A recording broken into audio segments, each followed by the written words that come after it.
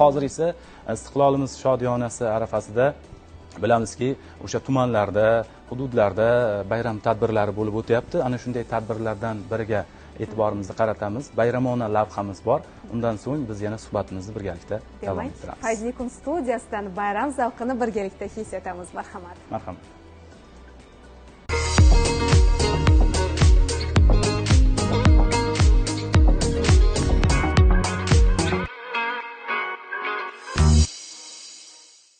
Mamlakatimiz mustaqilligining 34 yilligi munosabati bilan viloyatimizning barcha hududlarida vatan uchun, millat uchun, xalq uchun shiori ostida bayram tadbirlari bo'lib o'tmoqda. Ana shunday shodiyonalardan biri G'uzor tumanidagi markaziy o'yingohda tashkil etildi. Tadbirni tuman hokimi kirish so'zi bilan ochdi.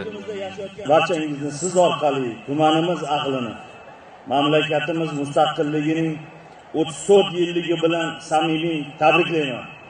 Barchangizga yuksak hurmat va ehtiromimni eng ezgu oliyjanob tilaklarimni izhor etaman. Hurmatli tumandoshlar, mustaqillik vatanimizning ijtimoiy, siyosiy, ma'naviy, ma'rifiy hayotida butunlay yangi davrni boshlab bergan unutilmas tarixiy voqeadir. Mustaqillik bayrami bilan yana bir bor chin qalbimdan tabriklayman. Istiqlolimiz hamisha barqaror bo'lsin. Yurtimizda yashayotgan har bir oila, har bir inson uchun eng ezgu maqsadlarga yetsin.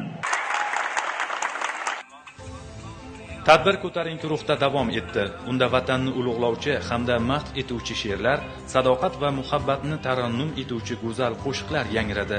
Tashrif buyurgan san'atkorlar, tuman madaniyat uyi xonandalari va folklor jamoasi o'zlarining betakror ijrolari bilan qalblarga o'zgacha shukuf bag'ishladi. Taassurotlarimiz juda ham a'lo darajada, xalqimizning kayfiyati juda ham zo'r. Har doim shunaqa bo'lsin, nima deymiz, mustaqilligimiz abadiy bo'lsin.